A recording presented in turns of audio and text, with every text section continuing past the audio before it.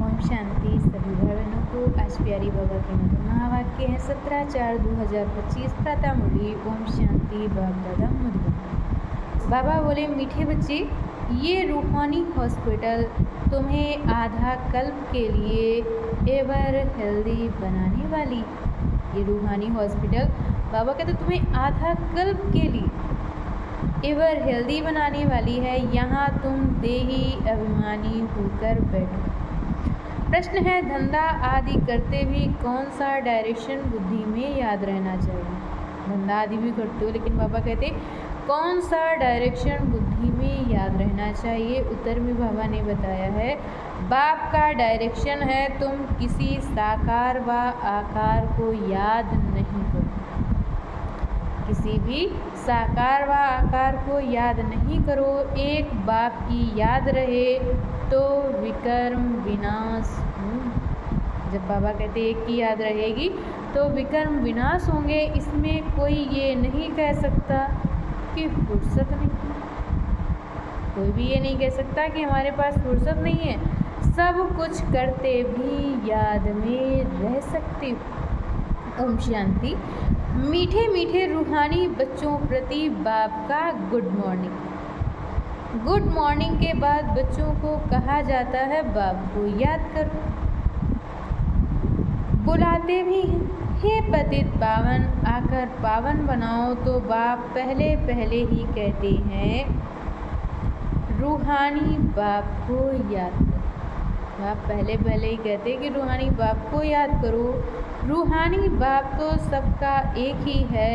Father को कभी सर्वव्यापी नहीं माना जाता। तो जितना हो सके बच्चे पहले पहले बाप को याद करो। बाबा कहते जितना हो सके बच्चे पहले पहले बाप को याद करो। रूहानी बाप तो सबका एक ही है। फादर को कभी सर्वव्यापी नहीं माना जाता है।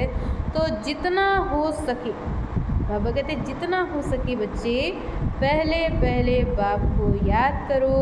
कोई भी साकार व आकार को याद नहीं करो सिवाय एक बाप की। ये तो बिल्कुल सहज है ना। बाबा कहते ये तो बिल्कुल सहज है ना। मनुष्य कहते हैं हम बिजी रहते हैं, फुर्सत नहीं, परंतु इसमें तो फुर्सत सदैव। इसमें तो बाबा कहते फुर्सत सदैव है। बाप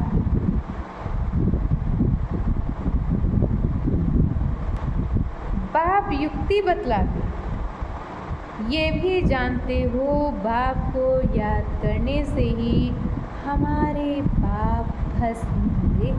बाप को याद करने से ही हमारे पाप भस्म होंगे। मुख्य बात है ये। धंधे आदि की कोई मना नहीं है। वह सब करते हुए सिर्फ बाप को याद करो। वह सब करते हुए बाबा कहते बाप को याद करो तो विकर्म विनाश हो। ये तो समझते हो हम पतित हैं। साधु संत ऋषि मुनि आदि सब साधना करते हैं। साधु संत ऋषि मुनि आदि सब साधना करते हैं। साधना की जाती है भगवान से मिलने, इसीलिए साधना करते हैं ताकि हमें भगवान मिल जाए, भगवान की प्राप्ति हो जाए।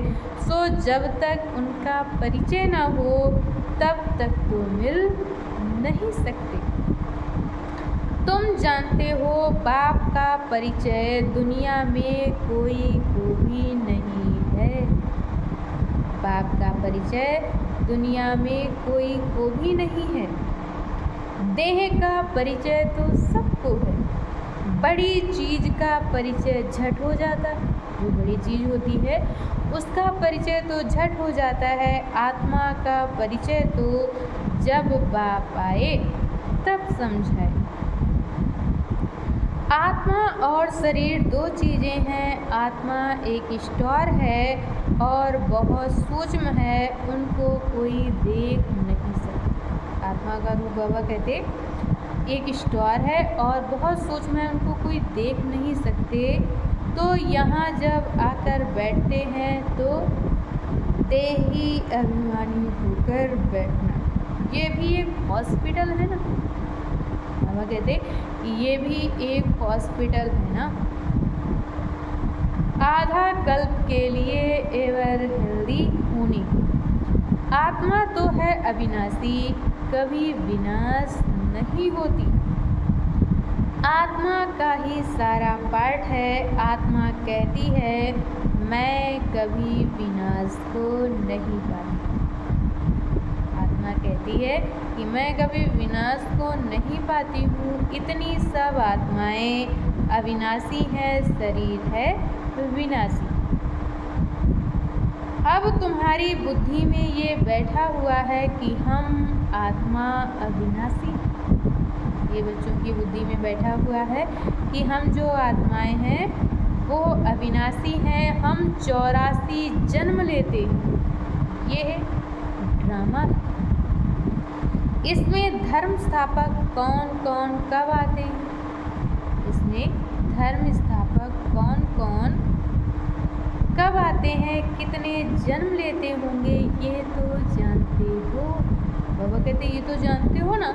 84 जन्म जो गाए जाते हैं, 84 जन्म जो गाए जाते हैं, जरूर किसी एक धर्म के होंगे, सभी के तो हो ना सके।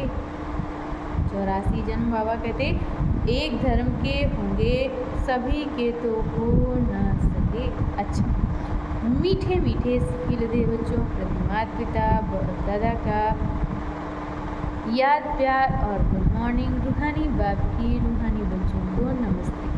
हम रूहानी बच्चों की तरफ से रूहानी माता पिता बाप दादा को याद प्यार नमस्ते, ओम शांति, गुड मॉर्निंग, शुक्रिया बाबा शुक्रिया। और आज बाबा ने हम बच्चों को मुरली में धारण करने के लिए मुख्य सार दिया है। पहला पॉइंट, रूप बसंतवन मुख से सदैव रत्न निकालने।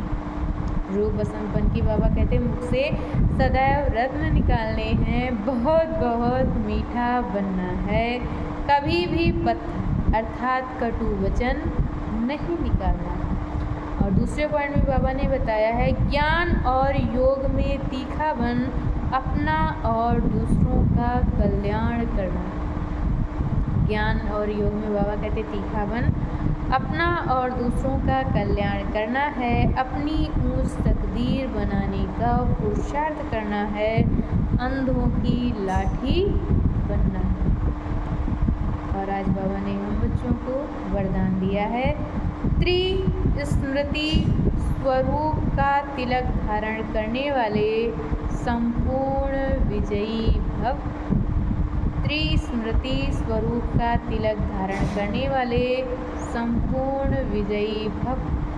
स्वयं की स्मृति, बाप की स्मृति और ड्रामा के नॉलेज की स्मृति। स्वयं की स्मृति, बाप की स्मृति और ड्रामा के नॉलेज की स्मृति, इन्हीं 3 स्मृतियों में सारे ज्ञान का विस्तार समाया हुआ है। नॉलेज की वृक्ष की यह 3 स्मृतियाँ, नॉलेज के वृक्ष की यह 3 स्मृतियाँ जैसे वृक्ष का पहले बीज होता है, उस बीज द्वारा 2 पत्ते निकलते हैं। उस बीज के द्वारा 2 पत्ते निकलते हैं, फिर वृक्ष का विस्तार होता है। ऐसे मुख्य है बीज बाप की स्मृति। ऐसे बाबा कहते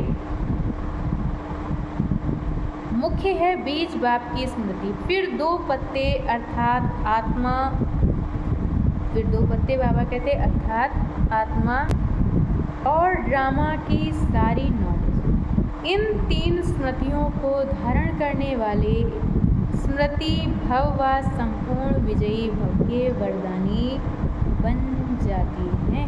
इन 3 स्मृतियों को धारण करने वाले स्मृति भव व संपूर्ण विजयी भव के वरदानी बन जाते हैं। और आज की मुरली का स्लोगन है प्राप्तियों को सदा सामने रखो तो कमजोरियां सहज समाप्त हो जाएंगी। बाबा कहते जो भी प्राप्तियां हुई हैं उन प्राप्तियों को सदा सामने रखो तो फिर कमजोरियां सहज समाप्त हो जाएंगी। अच्छा, ओम शांति।